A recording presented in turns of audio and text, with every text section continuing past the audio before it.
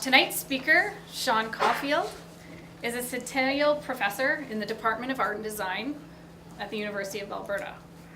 He has exhibited his prints, drawings, installations, and artist books extensively through Canada, the United States, Europe, and Japan. Recent exhibitions include The Flood at the Art Gallery of Alberta, Fire Damp at DC3 Art Projects in Edmonton, The Body in Question at UQAM Gallery in Montreal, Perceptions of Promise at the Chelsea Art Museum in New York and at the Glenbow Museum in Calgary, The New World at the Center for Modern and Contemporary Art in Hungary. Caulfield has received numerous grants and awards for his work, including the Special Award of the Rector of the Academy of Fine Arts in Warsaw for the Krakow Triennial in 2015, the Shirk Dissemination Grant, Canadian Stem Cell Network Impact Grant, the Shirk Fine Arts Creation Grant, Canada Council Travel Grant, and a Visual Arts Fellowship at the Illinois Arts Council in Illinois.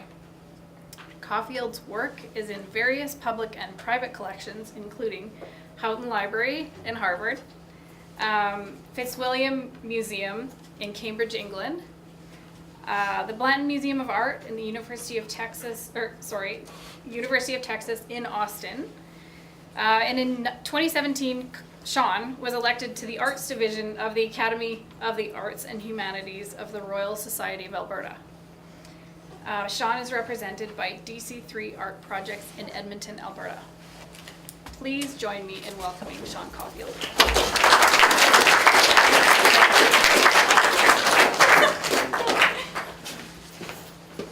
All right, good evening everyone, and thank you very much for that introduction. I'm just going to jump right in. Can you hear me okay in the back? Okay, great. What about lighting?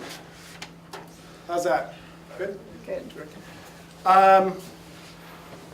So first off, thank you very much for coming. I know this is a stressful time of year for many of you, so I'm really thrilled with the turnout. I know that many of you have exhibitions coming up and finals and all that, so it's great to see everyone. So my talk tonight is called Vaccines and Water, or what I did on my summer vacation. And I didn't mean to be trite about that, actually. This is a talk that's focused on my 6-month sabbatical. And the reason I kind of reference this summer vacation idea is I feel really strongly about the importance of serious play. You know, where you're in the studio or doing academic research or anything really, where you're taking risks in unexpected ways. So the sabbatical was, I'm very grateful for. It's a real privilege. And I just want to underscore, I think, how important that is in academics and more broadly for society. I also thought it was an important point to mention to emerging artists as you leave here and think about your career, looking for opportunities to have this space of serious play where you can take risks and take your work in different directions. So I think a really important point, and how I've designed the talk then is I'm only going to talk about things that I did during my 6-month sabbatical, which is a bit of an unusual format for me. But in fairness, some of the work started before the 6-month sabbatical, and some of the work I completed after, so there's a bit of fudging there. But in principle, all of it kind of happened sort of around the 6-month sabbatical. Oh, also, I'm hoping to get through this relatively quickly so we can have discussion if there's interest in that. But I also welcome questions as we sort of forge along. So the first thing I wanted to talk about was this project, Flux, Responding to Head and Neck Cancer. It was an exhibition that happened at DC3 Art Projects, and a big thank you to them for their support. So this was one of the first things I did during my sabbatical. The work in this case was largely done before the sabbatical, but I set up the exhibition right when my sabbatical started. Many of you might be familiar with this project, but just quickly to run over, it was a collaborative undertaking. It involved a lot of participants from different disciplines, biomedical researchers, healthcare workers, artists, academics. and most importantly, people that had experienced head and neck cancer and gone through treatment. I also, I should really note some of my colleagues involved. Leanne McTavish, you can see us in the picture. Brad Nessick, who many of you probably know. Kyle Terrence there in the background, washed out. Someone badly, sorry about that. And I won't mention everyone, Jill Ho, you of course too. Just to note some of the people, patients, Leslie, Bernie, Kim, Sharon, and Ken, who were all very important participants. So the project unfolded over a number of years, and we met 3 times. We listened to patients' experience of head and neck cancer, their experience of illness, and then as a group we went off and began to make work. Then we met again and shared how our work was unfolding, listened to the patient's feedback, to the healthcare workers' feedback, and then we proceeded to hang the exhibition. So for my part of the exhibition, I started with this material. These are pathology images of head and neck cancer. So I got those from Min. Oh, I should mention Min Yon, who was an important person to get this project going. She's a faculty member in dentistry and medicine. So I started with this material, which she gave to me. I was struck by it for all kinds of reasons. If you don't know the context, it's quite a beautiful image, I think. Was also quite struck with the kind of pattern in it. And I just began to sort of play with that and sit with that. The other thing I began to be interested in was the idea of illness and the home, or illness and a domestic space. So I began to collect appropriated images of domestic spaces, kitchens, living rooms, this sort of thing. And I started to also collect images of flowers. I thought this was an interesting image in relation to illness. Of course, it's something that happens when someone gets ill. We give them flowers. But also thinking about the 17th century Dutch tradition of the vanitas as a kind of reference point. So I proceeded in that way, kind of collecting imagery, and then I began to print this imagery on various materials, plexiglass, wood, other materials, and I began to just kind of play and layer in the studio, thinking about ultimately creating this kind of collage. And this was an interesting project for me. Some of you may know my work. I usually don't work purely photographically, and this project I did. So that was getting back to this idea of taking chances and taking risks. This was quite a new kind of collaboration for me, so I thought it was appropriate to try this different way of working.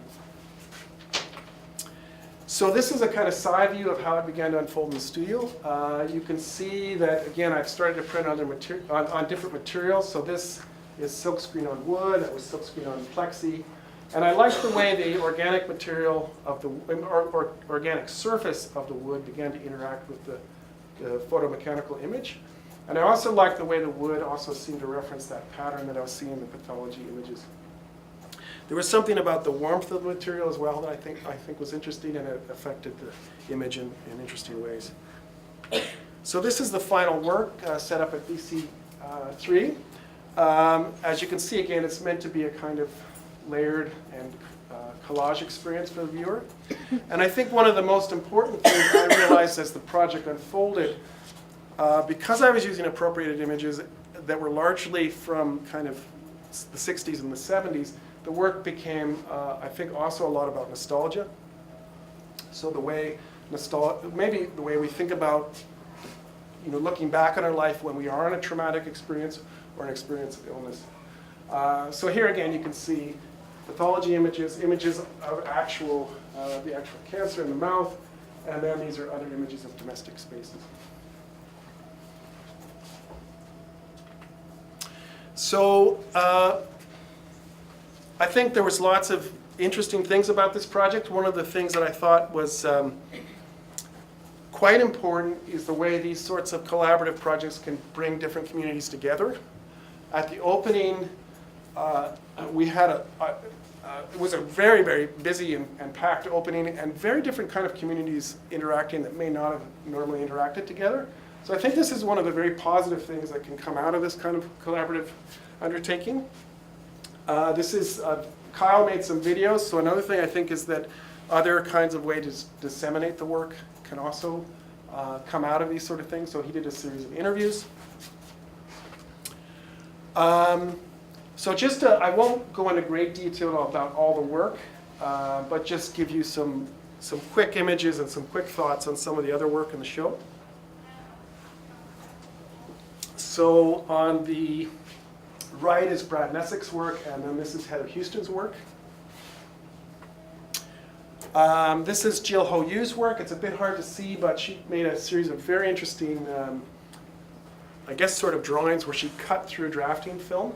So they have a real delicacy and beauty, but they're also extremely fragile, and there's a kind of brittleness to them that I think is quite impactful. And of course, what she used was CT scans that are used during the process when they're examining the patient, and use that as a kind of guide. So there's a reference to the figure, a reference to surgery, and a reference to the kind of diagnosis of the patient. She also displayed all the razor blades that she used during the process of cutting. So again, quite poetic and beautiful, but also has a painful quality. This is Jude Griebel's work. Many of you may know his work. Again, I think quite a powerful piece, thinking about that experience of being in a hospital bed during a period of trauma. So I think quite effective. Again, Brad Nessick's piece. One of the things that came up in a lot of the discussions was with the patients was the sense of transformation after going through this illness and recovery period. A sense of feeling like their sense of self has been unraveled, and also physically changed, right? So I think Brad did a great job looking at that in a kind of tough way. I think lots of questions came up for me going through this process, and I'll just pose them, and if there's interest in talking about things after, we can. One big question is, what does it mean to work as an artist and give voice to someone else that maybe is marginalized? That's, I think, an interesting question, or has been silenced. What does that mean? I think another big question that came up for me is, what is the ethics behind that kind of partnership or dialogue? And I think that's a big question. What is the difference between art production and advocacy? What is the relationship there? I think that's an interesting question around these sorts of projects. And then also questions around collaboration and what does it mean to collaborate. So I think in the end I feel positive about the project, but of course all these projects have questions and things we could maybe discuss at the end if there's interest. Just one last overview of the project, and to mention Ingrid Hoffman, who's another participant. She's a professor at Concordia. And if people are interested in this kind of work, she also did a similar collaboration around heart transplant patients called Hybrid Bodies. So that's maybe a project you might be of interest to you. So the next thing I kind of jumped into was this project, Immunations. It was originally called the Vaccine Project, but over time it sort of transformed. And so again, this was a collaborative project. It was a longer project, extended over 3 years. It was funded, oddly enough, by the Norwegian Research Council primarily. We also eventually got funding from SHRC and other places, but that was the main funding source. And thematically, it was about looking at the subject of vaccines. The project ended up having two major outputs in terms of exhibitions. The first was in Trondheim, Norway, at their art academy. And that was an interesting experience. That was sort of the first run of the exhibition. And then had a final exhibition at UNAIDS in Geneva, Switzerland. So this is the team. That's a better photograph than the Flux one. Sorry about the Flux one. So again, in the interest of time, I won't go over everybody, but like the previous project, a mix of disciplines, of people working in, biomedical researchers working with vaccines, public health policy people, particularly people looking at global health issues. I do want to take particular note of a couple of colleagues here, Vicky Kwan, her outstanding work on the project, Natalie Loveless, who again was terrific and really was a force behind making this project happen, and Stephen Hoffman, who was the kind of lead person on the project. So we met 3 times over the course, or 4 times, I guess, over the course of the project. Initially just getting to know each other and then slowly starting to build collaborative relationships. I think one of the things that was a positive outcome from this project was a lot of the things that were produced really were produced quite collaboratively, where artists were working quite closely with other people in other disciplines. So for my part in the exhibition, many of you may know my brother, who's a Canadian research chair here in the law department. He works a lot in the area of public health, and in particular he's interested in questions around why do people lose trust in science? Why is there a rise in kind of pseudoscience? How do we build trust around science?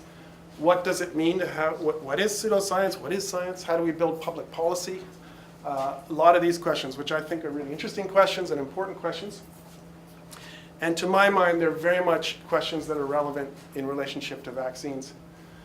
The other thing I think that was interesting to me is questions around, say, trust in science in relationship to vaccines. It's, of course, a much bigger issue. Today, we live in a time where evidence-based decision-making around politics is really under attack. Probably don't need to say more there. So I think it's an important issue that extends beyond just the biomedical field. So to get my part of this project started, I began with this image, which of course is a famous Vesalius image from the 16th century from his work on the fabric of the human body.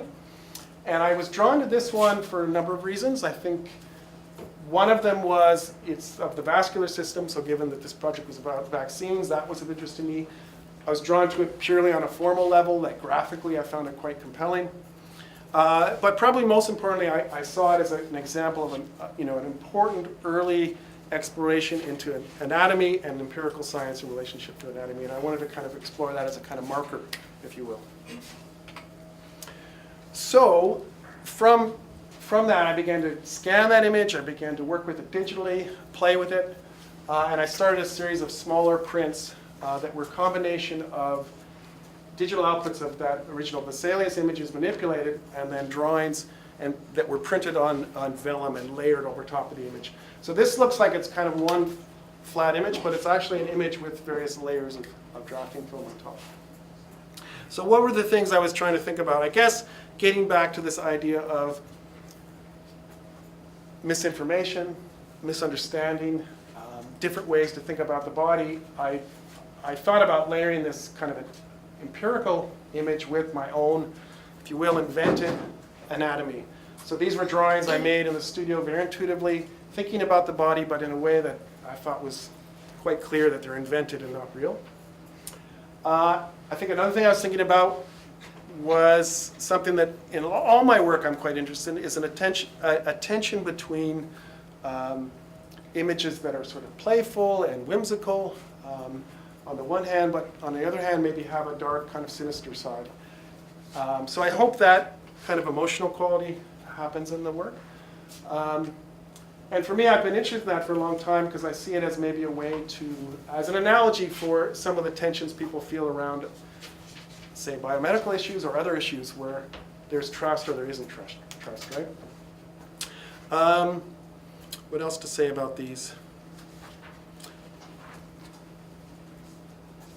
I guess another thing is also just hoping that they spoke to the history of anatomical drawing and to thinking about how, of course, any way you kind of, that anatomical drawing and biomedical research more broadly, of course, does shape the way we think about ourselves and our bodies, and of course there is power structures related to that. So those are some of the broad things I was thinking about in making the work. Moving up from those smaller works, I then created this full-size image, so this is kind of life-size. And then I just began to layer on top of it, again, trying to be playful at times, making images that reference the body, images that were kind of absurd, images that feel like intestines, other images that felt more sexual, and then just kind of layer this on top of this figure. From that, I began to build also a series of smaller 24 by 36 images that were kind of outtakes from the full body, if you will.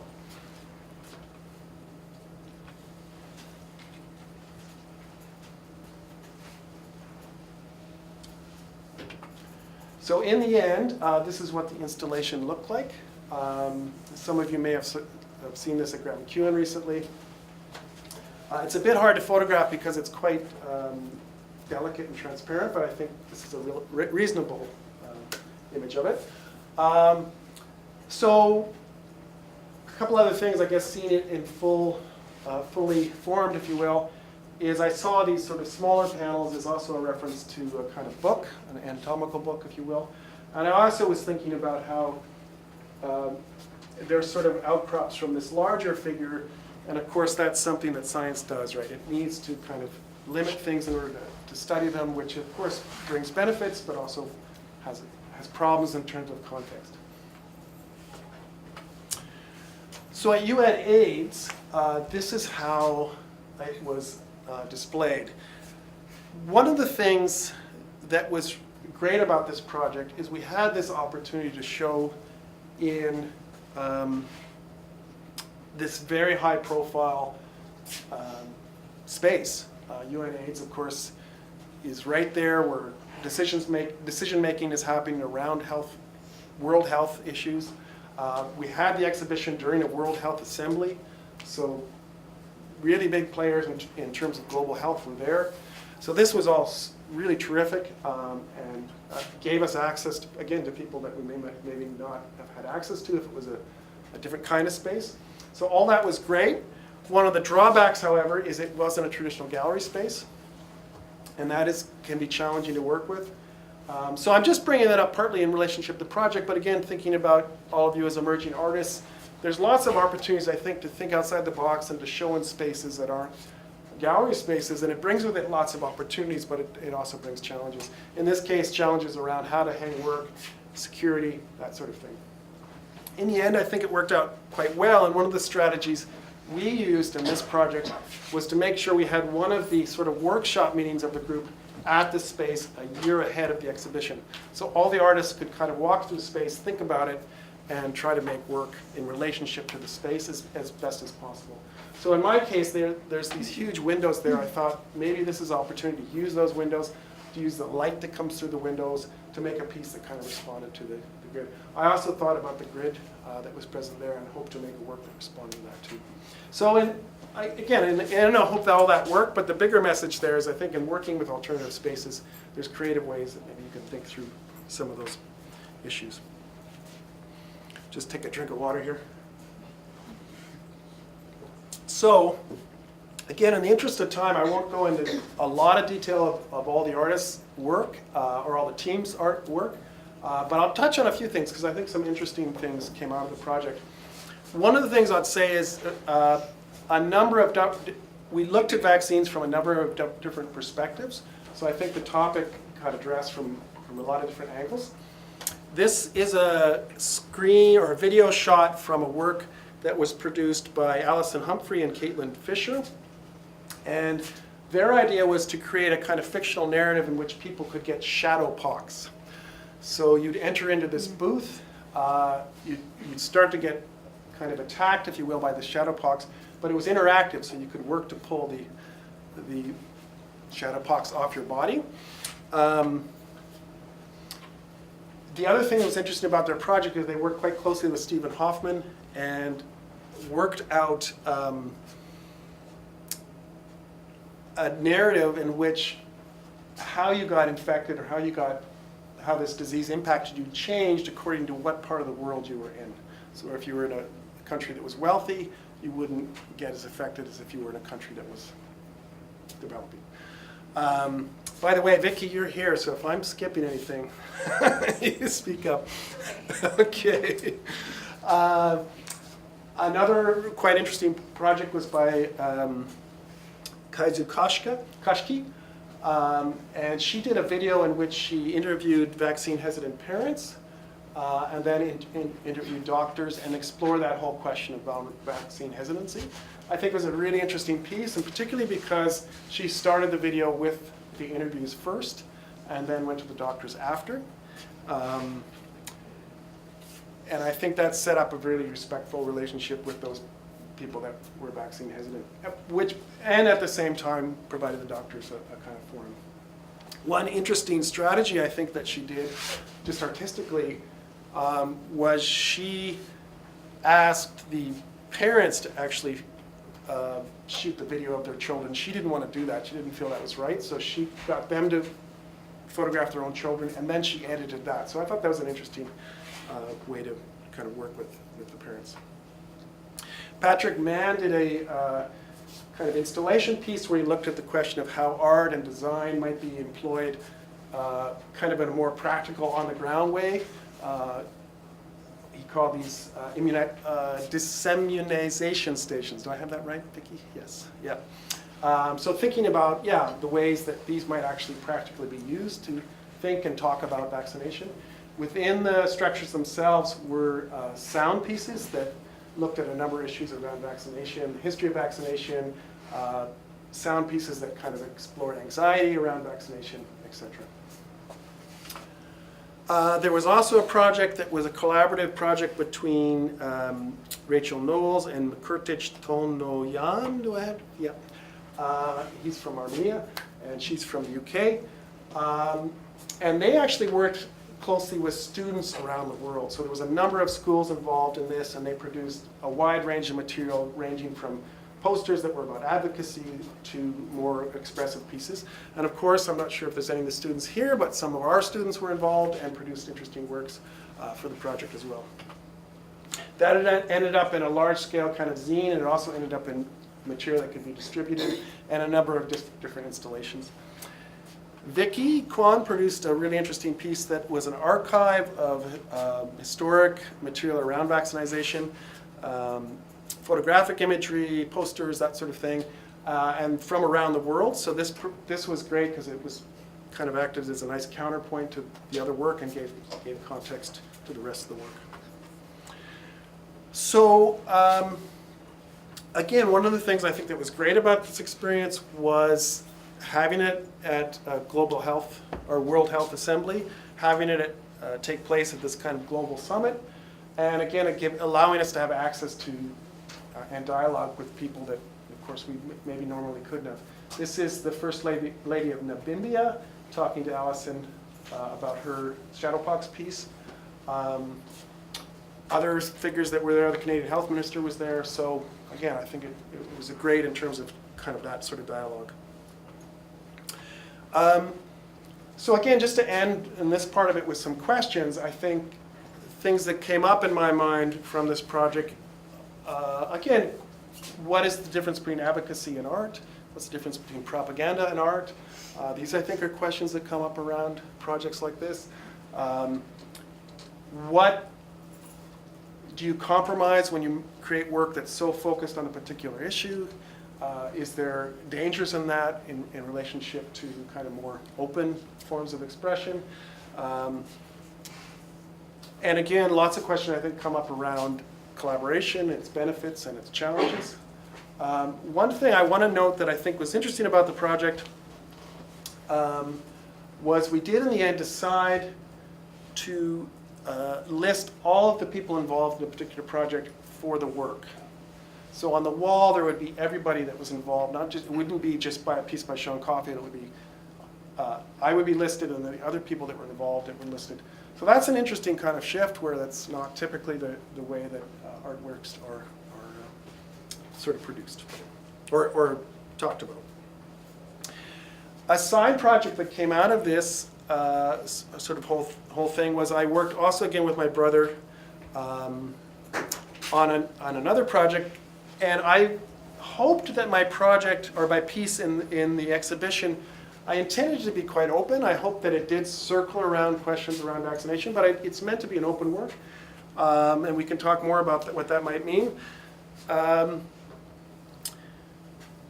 But as I kind of got involved in the project, I became more and more sort of passionate about this, actually, more in terms of advocacy.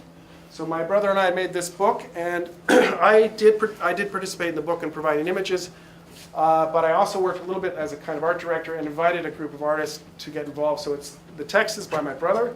The text involves questions around, again, how does misinformation come about? What's the impact of popular culture on perceptions around vaccination? How can we maybe build further trust, that sort of thing. And then there was a number of images, artists that produced images alongside that text. Undoubtedly one of the best images in the book. This is Blair Brennan's work. It is Batman versus Smallpox. And he made a whole series of really interesting works where smallpox was involved. Cindy Baker also made some really interesting work, drawings. Here's a couple. Oops, I thought I had two. There's one. And Jill Stanton also made a number of works. And, terrific illustrations, I think. This one I wanted to underscore because it was paired with text that talked about the first vaccination with smallpox, which of course didn't happen this way.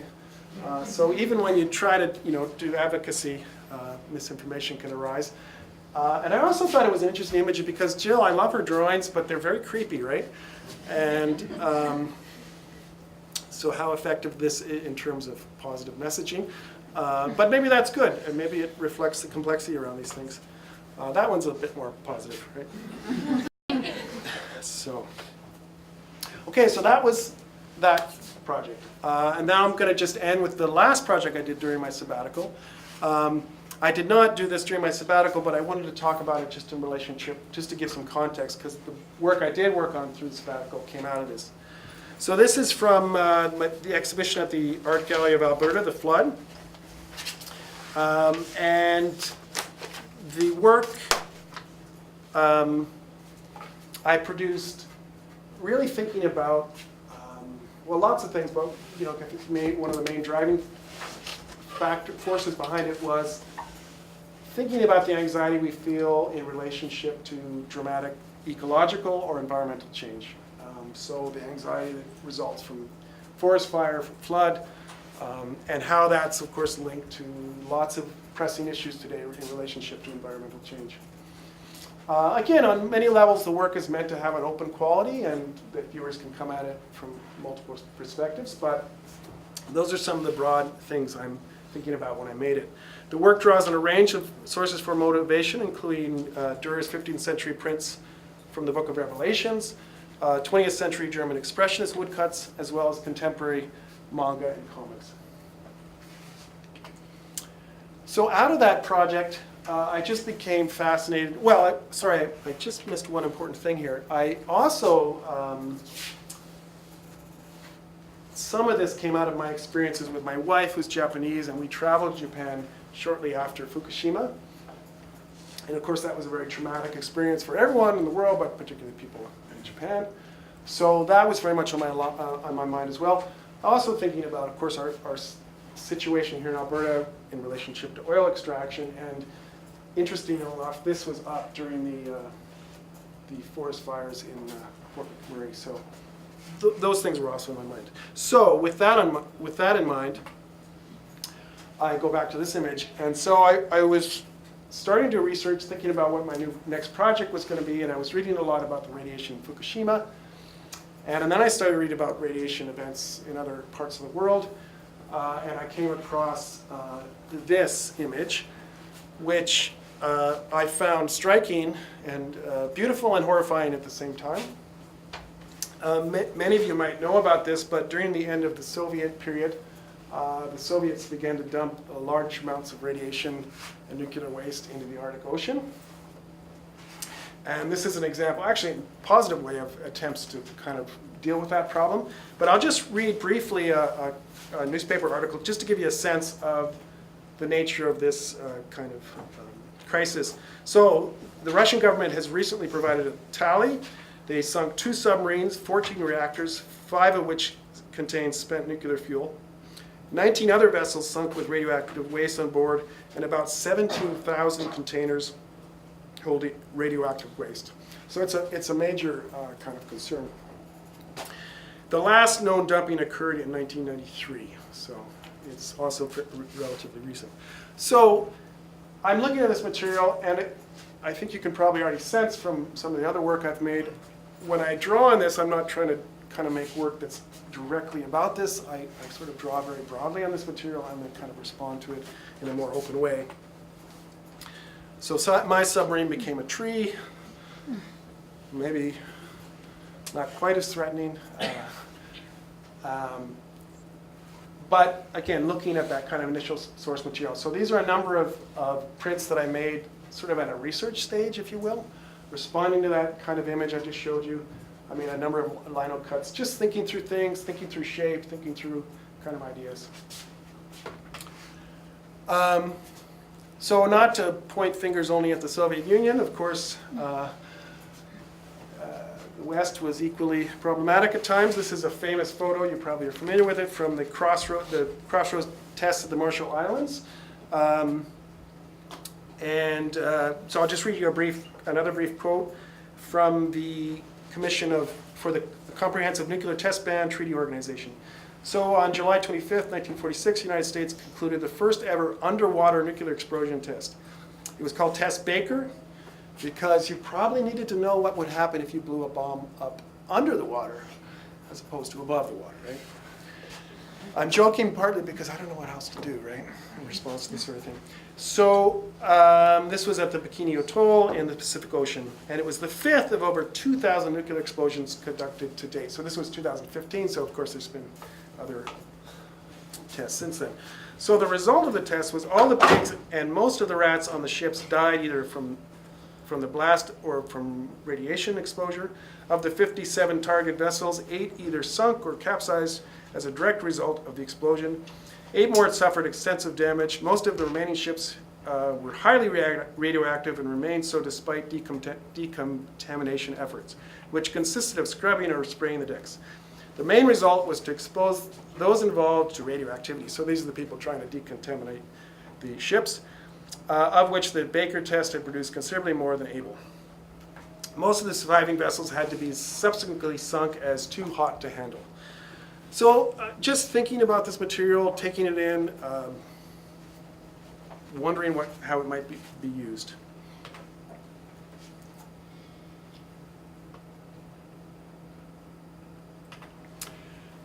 So I was talking a lot about we got to trust governments and build trust in science, and how do we build trust? And so, of course, there's lots of good reasons to be skeptical and lots of reasons to have doubt. And those were 2 great examples, unfortunate ones. But so I guess to my mind, I think that it's not a reason to turn away from building stronger democratic institutions, but rather the opposite. That we have to work towards strengthening democratic institutions, strengthening our kind of systems and institutions around trusting science. So these things come up. I can understand how it builds a lack of trust, but it seems to me it's not the reason to turn away from trying to build trust, if that makes sense. Of course, in Alberta, we have our own challenges.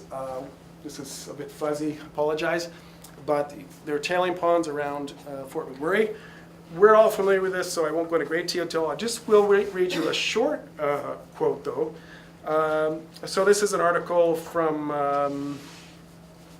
the Toronto Star, but it was published in a number of newspapers, so it's well researched. The ponds, some of the largest in the world, now cover 176 square kilometers and hold enough liquid to fill the equivalent of 390,000 Olympic-sized swimming pools. So we're talking about a significant amount of water. According to Alberta Environment, if the dikes, burns, breaches, and other pond infrastructure are included, the footprint extends to 220 square kilometers.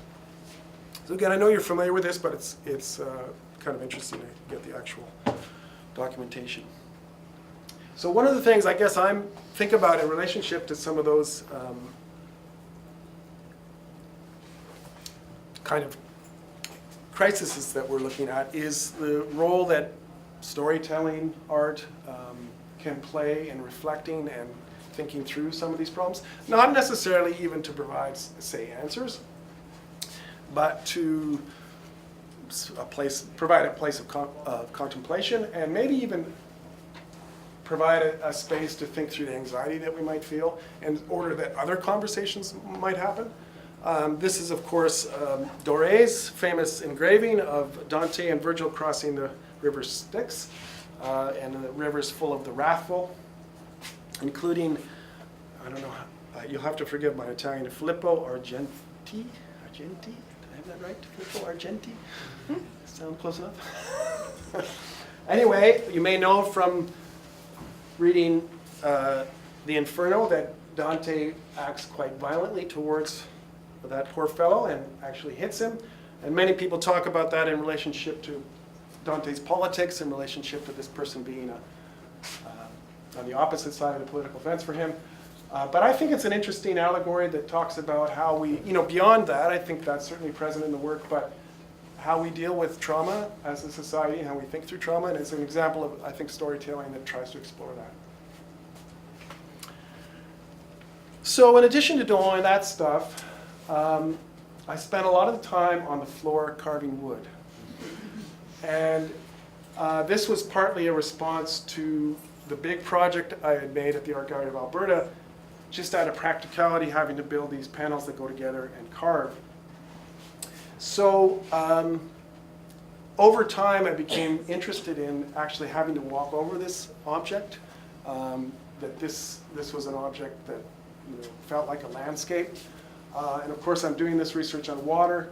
So I began to put these two things together and think about a piece that might actually physically come off the floor and be part of the floor and function in that way. So these are some initial studio shots of this piece. It's called Deadweight. Deadweight is, of course, we all know I'm a deadweight, but it's also the term in shipping for the maximum that a ship can safely carry. So I thought it had a kind of nice poetic ring to it.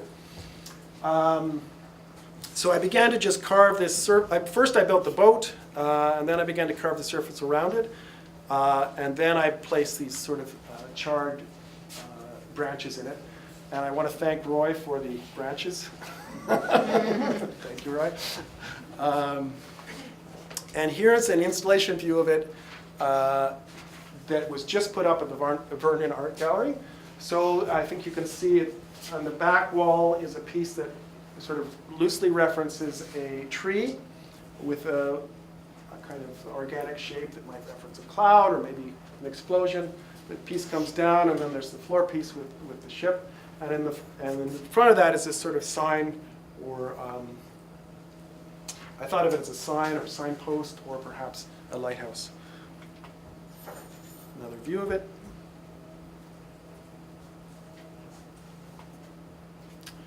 So we're approaching the end here, so I'll just finish with a few things. One of the things I wanted to thank Stephanie Bailey. She wrote an essay for this exhibition catalog. And I won't read a lot, but just a couple of quick quotes from that essay. She starts the essay by referencing the Doomsday Clock. I think we're all familiar with this clock that talks about our species and the trouble it's in. So she starts with this iconic timepiece attempts to communicate both the urgency and gravity of our collective situation as a species. And in a world swaying precariously on the brink of ecological collapse alongside actual threats of nuclear disaster, the Doomsday Clock has never felt more important. The timepiece, however, does not only mark the prospect of our own demise. The timepiece, however, does not only mark the prospect of our own demise. Sitting in the intersection of art and science, it also points to the need for storytelling devices that are capable of capturing the massive threats that exceed our limited human faculties. Threats Rob Nixon in 2001 describes in terms of their slow violence. Slow violence names those forces of ecological violence that remain invisible to us spatially due to their global scope or often minuscule scale. She goes on to write, the unfathomable nature of climate change for Nixon necessitates new narrative strategies that reconceptualize violence not as an instantaneous explosive event, but as an insidious process involving a series of interconnected systems, physical forces, and species that interact in infinitely complex ways over time and space. So I thought that was a very interesting kind of examination of the work, and I was grateful for it. I read that passage because I think it also does reflect a very current sense of anxiety that we feel today. To my mind, though, reading that passage also makes me think of a much older philosophical kind of traditions, and thinking of things like Buddhism that have talked about interdependence and impermanence, for a long time. So, in other words, I think this is a very current issue, but also one that has a long tradition.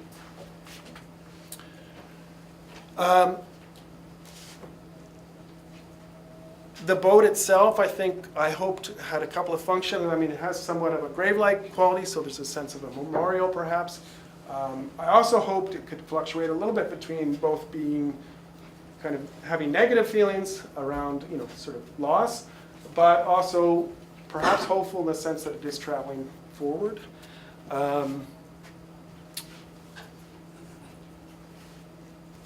Yeah, I'm trying to think of other issues around the boat. I'm forgetting a point there, but that's okay.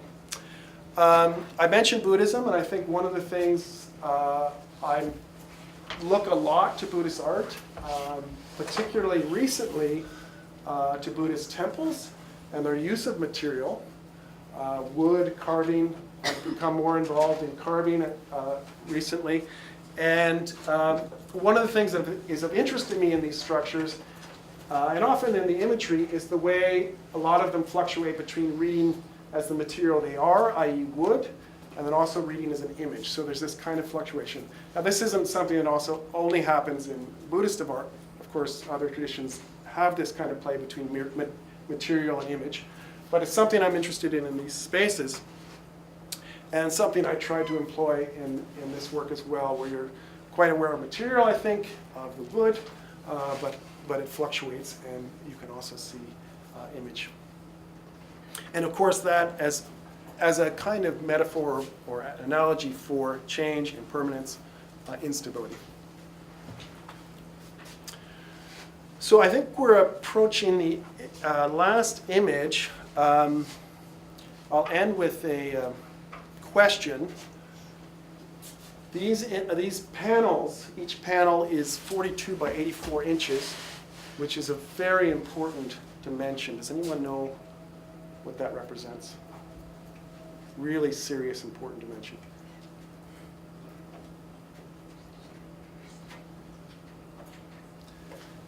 That's the maximum size that'll fit into a matrix. Now I'm being a bit trite and silly there, but I do mention it on kind of a more serious side, and that is, how does our practice get framed by various restrictions? How do we work with the materials we have? How do we work with the spaces we have? Kind of goes back to that first image, or that image earlier of UNAIDS, where you're presented with certain limitations and how do you work with it? How do you expand out of that? When do you expand out of that? And I think I'm thinking about this a lot, particularly in relationship to the fact, this is I think a tough question. I asked this question of Liz. As we produce work, you're making stuff in the world, right? You're making stuff, and this part of the problem is we're making stuff, right? So there's a difficult challenge there, I think, for artists today, in terms of wanting to talk about ecology, wanting to make work, but at the same time wrestling with the production of material things. So I'll end there. I hope I left enough time. If there are questions, if they're not, that's totally fine. But thank you very much.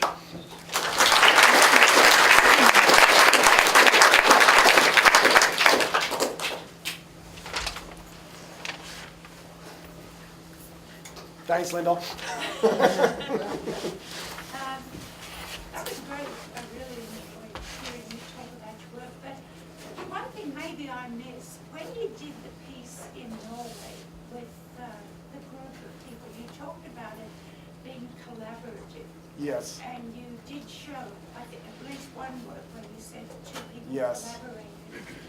Were the collaborations between the artists, or were they with doctors or scientists, and how did that work out? Yes, I realized after I sort of finished that section that I didn't get enough detail there, so thanks for the question. It was between all of the above. So there was definitely collaborations with biomedical researchers. And in my case, I feel really bad I didn't mention, I drew a lot on my brother's research, but I also worked quite closely with Johan Holst, who is someone who works in vaccines. And he provided me with a lot of visual material. So yes, it was both, and I think that was a real strength. I think a good example is that video, where she worked with Johan Holst as well, and it really, I think, provided access. I mean, they really kind of worked closely, and it gave her access into maybe science she hadn't known about, and perspectives on vaccines she hadn't known about. And simultaneously, maybe more importantly, I think it provided him with insights in how to maybe think about people that are vaccine hesitant in a way that's more respectful or different, if that makes sense. So overall, I think they were mostly positive. There were times initially in the beginning when there was a lot of sense of, I don't understand your language and you don't understand my language. And I wouldn't say hostility exactly, but defensiveness and uncertainty. And maybe that's, I know you've collaborated a lot too, and I think maybe that's why it's important these projects have time. Because if, that initial meeting we had, the first meeting, I think a lot of people felt a little bit uncomfortable. Vicki, you can chime in on this if you disagree, but over time, I think we started to build more trust and realize that, because I think one of the big things biomedical researchers worry about is that we'll misrepresent or represent in a way that's not fair to their work. So I don't know if that. Yeah, and you also had quite a bit of challenge. Yeah, this one, 3 years, so there was quite a bit of time to kind of build trust for sure. So I know you said that you try to keep your art very open, but with your work with, especially the biomedical research and stuff, would you say that your art bordered on the line of advocacy or became more advocacy? Because obviously you can't be super objective with it. Yeah, I think for sure it did, and I appreciate the question. I guess I would say for sure the book did. Like, that was a definite attempt to enter in the world of advocacy for sure. I hope that the UN exhibition, because of the context and because of the kind of discussions that happened, it was clearly an event that was about advocacy, no question, absolutely. I'm hoping though that independently that work could be seen in a more open way, so that maybe there's a shift that happens when it's taken out of context, if that makes sense. I think you ask a broader question though that's very important, and that is, when does something actually become propaganda? Or what is the line between advocacy and propaganda? That's maybe an interesting and complex question. But maybe one answer, and then we could have a long discussion there, but one answer maybe is that does a work offer complex reflection, or is it kind of forcing a simple? Yeah. So we could talk more if you want, but does that begin to? No, okay. I just had a technical question about the exhibit in the UNAIDS building. Was that just sandwiched between two glass panes, or how was that mounted into the glass? It was hung in front. Oh, so there was the cables. Yeah, so there was cables for part of it, and then part of it was, there's a new material called photo text, thank you. And so I actually adhered the material right to the window. And then the final other layers were kind of put on with a special tape. So, but it was in front, yeah. Yeah. How are Vicky's shelves in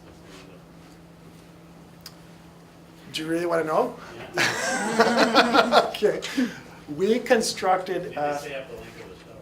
yeah, we constructed an elegant, if I might say, system that used, it was foam core, kind of elegantly cut, I hope. And then we used that really aggressive double-sided tape. Command strips. Sorry? Command strips? What was it called, Vicki? I don't know who brought it. I brought it. And it stayed up the whole time. And then to get it off the windows, we used Glue gun. glue gun. Yeah. So, a good trick. Yeah. I'm really interested in how you talk about kind of play as being important in your work, and then at the end when you mentioned kind of giving yourself these limitations, do you see those two things as going together in any way, or like I guess I'm curious about how you facilitate or like give yourself the opportunity to play. Yeah. I do think those things very much go together for sure. I know in this comes up a lot in grad school, right? Like how much do you play and what is the expanse, right? So it's a good point, and I think what I try to do is often start a project and say, here's my parameters, and then that in a funny way I think makes the play more effective. Does that make sense? And so I think that's part of maybe what you do as an artist is examine where those parameters end. And if they get too big, sometimes the play gets so overwhelming that you can't hold on to anything, if that makes sense. And I think another thing I'm thinking about a lot too is in this 6-month sabbatical, there was projects that were more playful, and there were other projects that were about finishing something, right? And I think this is an ebb and flow that is challenging as an artist. Like, how do you balance times when you're really just trying to finish something that's more about production and more about having this exhibit while simultaneously trying to make the work go forward? Many of you students right now might be feeling that pressure.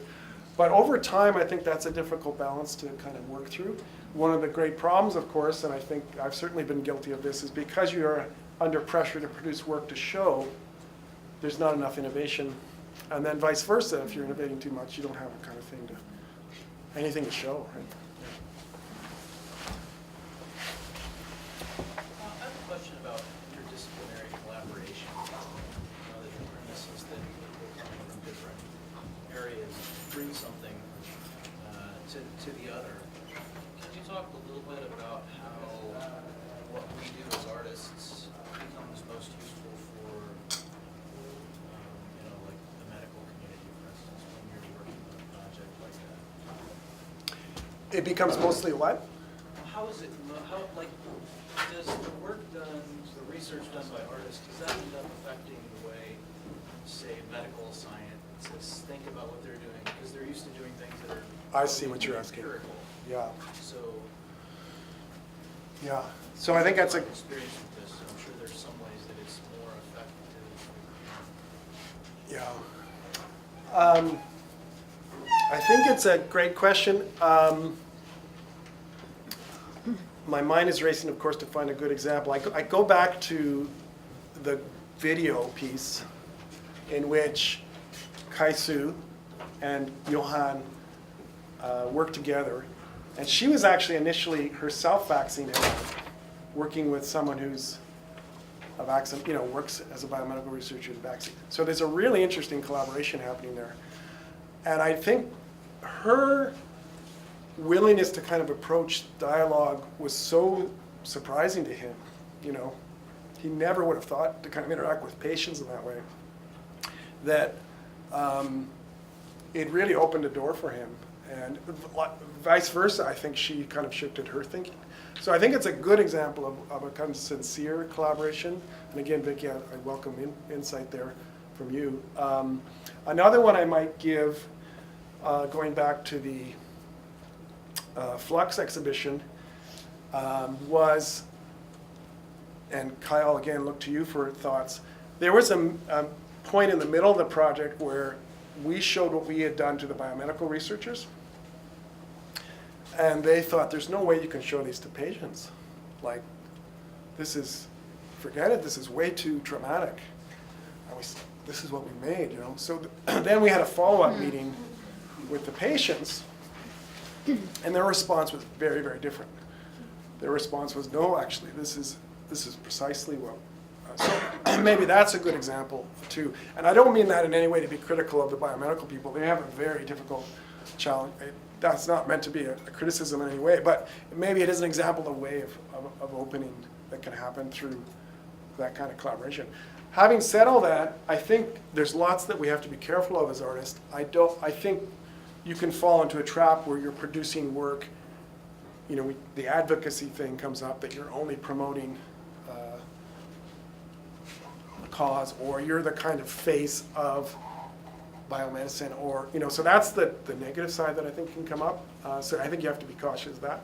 And the other thing I want to say, and I'm glad you asked the question, as much as I love collaboration, and I think it's a beautiful thing, I'm very cautious that that doesn't become the only mode for artists or for creative researchers to work, or creative people to work in, like that's somehow a better mode of knowledge production than other modes. And I think that's a danger we have to watch out for too.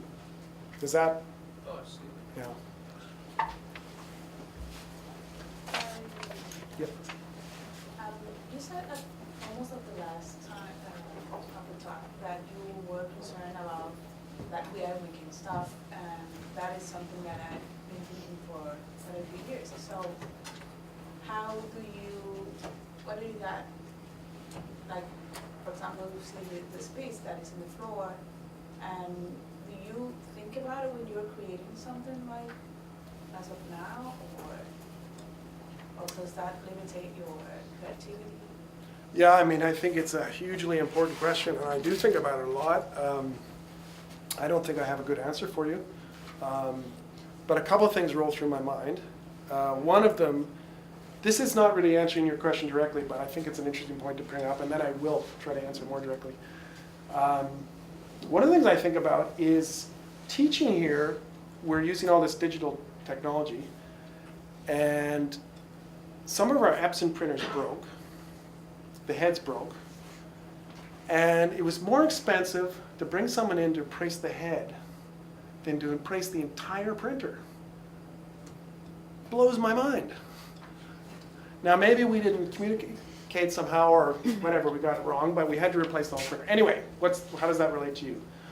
Our presses, on the other hand, they're going to last 1,000 years, right? So it's a question around, it's very difficult to think through what is actually a bad, you know, like that's part of, I think, our complexity, like what is bad practice, what isn't? And it kind of gets back to this question of how do we make good policy decisions, right? Anyway, that's a side point. I shouldn't have started with that. It just came to mind.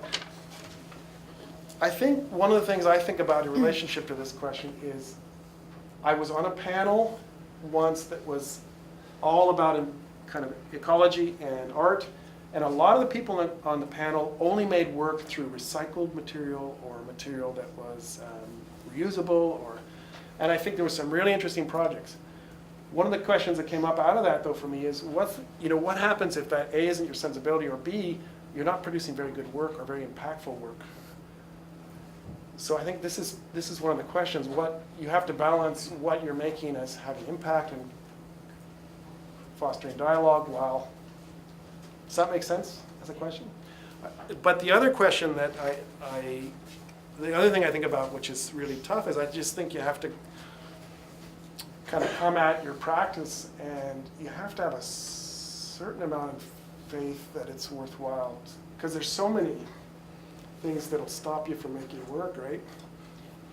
And so this is yet another one, right? So on the one hand, having faith that it's worthwhile, you need to do it, but at the same time being reflective of, okay, how is my practice unfolding? And there's ways that I can be more responsible. I know it's not a very good answer, but I think it's a really complex, and maybe others have other thoughts on that really tough question.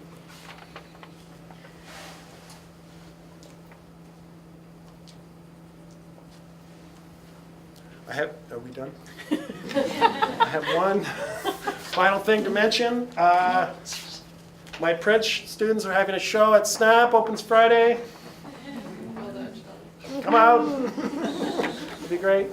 All right, thank you all. And some of our Epson printers broke. The heads broke.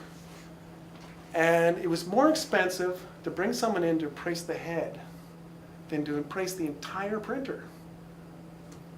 Blows my mind. Now, maybe we didn't communicate somehow, or whatever, we got it wrong, but we had to replace the whole printer. Anyway, how does that relate to you? Our presses, on the other hand, they're going to last 1,000 years, right? So it's a question around, it's very difficult to think through what is actually a bad, like that's part of, I think, our complexity, like what is bad practice, what isn't? And it kind of gets back to this question of how do we make good policy decisions, right? Anyway, that's a side point. I shouldn't have started with that. It just came to mind. I think one of the things I think about in relationship to this question is I was on a panel once that was all about kind of ecology and art, and a lot of the people on the panel only made work through recycled material or material that was reusable, and I think there were some really interesting projects.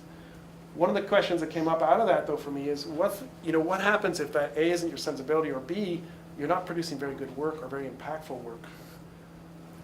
So I think this is one of the questions. What you have to balance what you're making as having impact and fostering dialogue while. Does that make sense as a question? But the other question that the other thing I think about, which is really tough, is I just think you have to kind of come at your practice, and you have to have a certain amount of faith that it's worthwhile, because there's so many things that'll stop you from making work, right? And so this is yet another one, right? So on the one hand, having faith that it's worthwhile, you need to do it, but at the same time being reflective of, okay, how is my practice unfolding? There's ways that I can be more responsible. I know it's not a very good answer, but I think it's a really complex, and maybe others have other thoughts on that really tough question.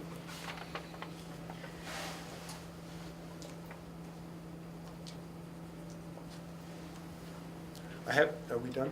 I have one final thing to mention. My French students are having a show at Snap, opens Friday. Come out. It'll be great. All right, thank you all.